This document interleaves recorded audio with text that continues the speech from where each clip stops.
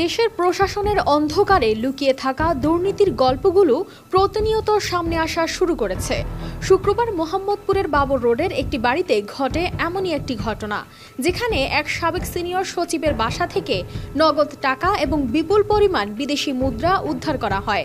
স্থানীয় সূত্রে জানা যায়, সপ্তাহব্যাপী তালাবদ্ধ থাকা দুটি বাসা, যেখানে প্রতিদিনই কিছু লোক গাড়িতে টাকা ভর্তি বস্তা নিয়ে আসা যাওয়া করছিল। বিষয়টি পুরোপুরি দৃশ্যমান না হলেও স্থানীয়রা কিছুটা সন্দেহজনক আচরণ লক্ষ্য করেন। দুদকের পরিচয় দানকারী কিছু ব্যক্তির কথায় তাদের সন্দেহ আরও বাড়ে। স্থানীয় জনতা সিদ্ধান্ত নেন এই বিষয়টি খতিয়ে দেখার। এরপর গত শুক্রবার সন্ধ্যায় তারা বাড়ি দুটি ঘেরাও করে খবর দেন আইন শৃঙ্খলা বাহিনীকে। তারপর উদ্ঘাটন হয় সাবেক সরকারি কর্মকর্তার অর্থের পাহাড়, যা দেখে মনে হতে পারে গোটা বাসা যেন একটি ব্যাংক। জায়গায় যারা ডিউটি করে অস্বাভাবিক যাতায়াত দেখতেছে, অস্বাভাবিক লোকজনের অস্বাভাবিক গাড়ির যাতায়াত দেখতেছে। আমি উপরে উঠলাম, উঠার পরে একজনের পরিচয় জানতে চাইলাম, আপনারা কারা? বললো আমরা দুদকের। এই বাসাটা অনেক সচিব থাকতো, অনেক ধরনের লোকজনই থাকতো। প্রথমে এসে আমি দেখছি 20-25 জন অফিসার। 6000 mAh ব্যাটারির one and only power master Next G N73।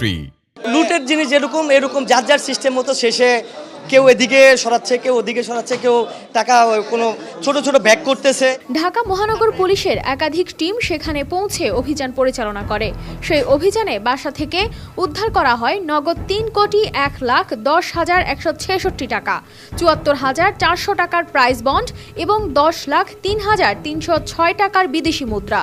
এসব মুদ্রার মধ্যে ছিল মার্কিন dollar, Saudi Real, Singaporean dollar, Malaysian ringgit, Australian dollar, Korean yuan এবং চীনা ইউয়ান। টাকা তো না নিলেও তো আমার যেটা ধারণা, অনুমানিক মিনিমাম 100 কোটি টাকার মতো নিয়ে গেছে, যেটা আমার ধারণা। এই অভিযানের সময় কাউকে গ্রেপ্তার করা সম্ভব হয়নি, তবে প্রশ্ন উঠেছে, এত পরিমাণ টাকা এবং মুদ্রা কিভাবে একজন সাবেক সরকারি কর্মকর্তার বাসায় জমা হতে পারে?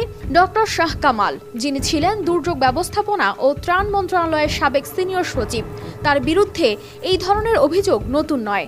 কর্মজীবনে বদলি, কেনাকাটা এবং উন্নয়ন কাজের মাধ্যমে অর্থ আত্মসাতের অভিযোগ বহুবার উঠেছিল, তবে তিনি কখনোই এসব অভিযোগের যথাযথ জবাব দেননি। 2020 সালের 18 জুন তাকে অবসরে পাঠানো হয়, কিন্তু তার প্রভাব তখনও কমেনি। সম্প্রতি তিনি বাংলাদেশ স্কাউটসের 52তম বার্ষিক কাউন্সিল সভায় প্রধান জাতীয় কমিশনার হিসেবে নির্বাচিত হয়েছিলেন। এটাই তো সচিবের বাসা, শাহ কামাল। দেখছি ওই 3-4 দিন আগে দেখছি।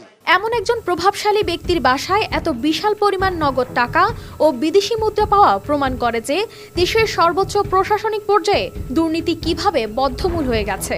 সরকারের উচ্চ পদস্থ কর্মকর্তাদের হাতে যখন জনগণের করের টাকা নিয়ে এই ধরনের দুর্নীতির ঘটনা ঘটে, তখন জনগণের বিশ্বাস ভঙ্গ হয় এবং প্রাতিষ্ঠানিক দুর্নীতির বিরুদ্ধে লড়াই আরও কঠিন হয়ে দাঁড়ায়।